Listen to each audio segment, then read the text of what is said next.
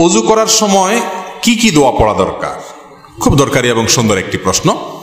ওযু করার সময় আমরা কোন কোন দোয়া পড়ব? ওযুর শুরুতে দোয়া আছে, শেষে দোয়া আছে। দোয়া মানে জিকির। নবী করিম সাল্লাল্লাহু আলাইহি সাল্লাম থেকে তিরমিজি বর্ণিত হাদিসে আমরা জানতে পারি, তিনি ইরশাদ করেছেন, লা ওযু লিমান লাম ইউসাম্মিল্লাহ। যে ব্যক্তি বিসমিল্লাহ বলল না, তার ওযু পূর্ণাঙ্গ হবে না। ওযু হবে কিন্তু ওযু কি হবে না? পূর্ণাঙ্গ হবে না। ওযুতে অপূর্ণতা থাকবে। এজন্য ওযুর শুরুতে বলতে হবে বিসমিল্লাহ। কি বলতে হবে? বিসমিল্লাহ বলে এরপরে ওযু শুরু করতে হবে। আমাদের অনেকেই আছি, আমরা ওই যে মোবাইলের ব্যস্ততা, নানা ব্যস্ততার কারণে আমরা এসে ট্যাপটা ছেড়ে দিয়েই হুট করে হাত ঢুকে দিয়ে আমরা ওযু শুরু করে দিই। বিসমিল্লাহ বলার আর খোঁজ খবর। অনেক ইমামদের মতে বিসমিল্লাহ না বললে ওযুই হবে না। যদিও এটা মুফতাবিহি বা ফতোয়া নাই কথার উপরে, এ কথা চাইতে ওযু হয়ে যাবে এটাই সঠিক, কিন্তু ওযু যদি বিসমিল্লাহ বলা ছাড়া করেন, মানটা একটু কম হবে, তরকারি লবণের কমের মতো, এটার কোয়ালিটি একটু কম হবে, কোন রকম হলো আর কি। তো কোন রকম হলে তো হবে না। নবী করিম সাল্লাল্লাহু আলাইহি সাল্লাম বলেছেন, ওযুর ক্ষেত্রে সব সময় আসবিগুল ওযু, তোমরা ওযুকে পূর্ণাঙ্গ রূপে করো। আই আকমিলুল ওযু। ওযু কখনো যেন তেন করতে হয় না, ভালোভাবে করতে হয়। এই যে শীতের মৌসুম আসছে, এখন দেখবেন যে ওযুতে কত তাড়াহুড়া মানুষ করতে পারে। গরমের সময় দেখবেন ওযুখানা সিরিয়াল লেগে থাকে, আর শীতের সময় ওযুখানা সব সিটগুলো খালি, কারণ আসরের ওযু দিয়া এশা পার করার বুদ্ধি। অথচ এরকম চাপাচাপি করে ওযু ধরে রাখা ঠিক না, স্বাস্থ্যের জন্য ক্ষতিকর, আমলের জন্য ক্ষতিকর।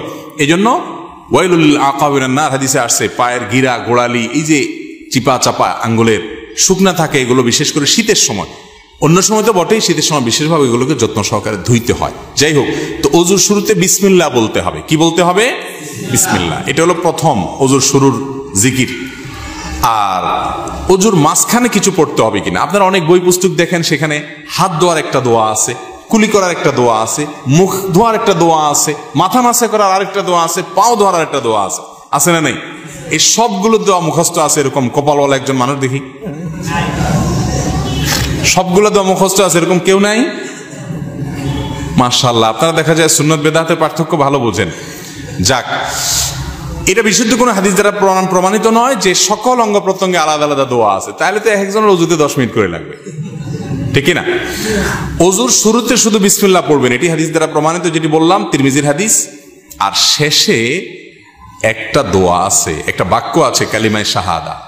সহিহ মুসলিমের হাদিসে আসছে, নবী করিম সাল্লাল্লাহু আলাইহি সাল্লাম বলেছেন, কেউ যদি ওযু সুন্দরভাবে করে, ভালো করে কুলি করে, ডলে ডলে ওযু করে, এরপরে শেষে যদি এই বাক্যটা পড়ে, তাহলে জান্নাতের 8টা দরজার সবগুলো একসাথে খুলে যায় এবং সে যে কোনোটা দিয়ে প্রবেশ করতে পারে। সে বাক্য হলো কি? সে বাক্য হলো আশহাদু আল্লা ইলাহা ইল্লাল্লাহু ওয়াহদাহু লা শারীকা লাহু ওয়া আশহাদু আন্না মুহাম্মাদান আবদুহু ওয়া রাসূলুহু। ওযু শেষ এই কালিমা শাহাদা পাঠ করবেন। এটাকে আমি বলি, এটা হলো জান্নাতের 8 দরজার কমন রিমোট। এক রিমোটে 8 দরজা খুলে যায়, এরকম একটা আমল। কিন্তু শুধু দোয়া পড়লে হবে না, ওযুটা সুন্দর করে করতে হবে, শীতের ভয় করা যাবে না, ডলে ডলে ধুইতে হবে, পানি অপচয় করা যাবে না, শুরুতে বিসমিল্লাহ বলতে হবে, মেসওয়াক করতে হবে। মেসওয়াক ছাড়া ওযু কখনো পূর্ণাঙ্গ হয় না। মেসওয়াক কয়জনের পকেটে আছে যদি আমি এখন জিজ্ঞেস করি? আমি নিশ্চিত 10টা হাতে উঠবে না। আমি কি ভুল বলছি? বেশিরভাগ মানুষ আমরা মেসওয়াক করি না। মেসওয়াক একটা ডাল রাখবেন পকেটে। আমি চেষ্টা করি আমার পরিবারের সকল সদস্যদেরকে মেসওয়াকে অভ্যস্ত করতে। মেসওয়াকের মাধ্যমে ঈমান তাজা হয়, ঈমান তাজা হয়, এর সাথে ব্রেইনের নার্ভের সম্পর্ক, ঈমান তাজা হয়। মেসওয়াক করবেন।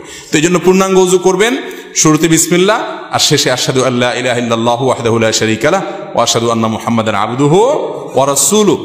এই দুটি দোয়া শুরু এবং শেষে আছে। এই শেষেরটা মুসলিমে বর্ণিত আছে। তিরমিজিতে আরেকটি দোয়া আছে, আল্লাহুম্মা জাআলনি মিনাত তাওয়াবিন ওয়া জাআলনি মিনাল মুতাতাহহিরিন। আল্লাহ আমাকে তওবাকারীদের শামিল করেন, পবিত্রতা অর্জনকারীদের শামিল করেন। কারণ আল্লাহ তাআলা কোরআনে বলছেন, ইন্নাল্লাহা ইউহিব্বুত তাওয়াবিন ওয়া ইউহিব্বুল মুতাতাহহিরিন। আল্লাহ তওবাকারী এবং পবিত্রকারীদের পছন্দ করেন। তাহলে ওযুর শুরুতে বিসমিল্লাহ, শেষে কালিমায়ে শাহাদা, এবং তারপরে যদি আরো অতিরিক্ত পড়তে চান, সুযোগ থাকে, আরেকটা হাদিস আছে, সেটাও পড়া ভালো, আল্লাহুম্মা জাআলনি মিনাত তাওয়াবিন ওয়া জাআলনি মিনাল মুতাতাহহিরিন।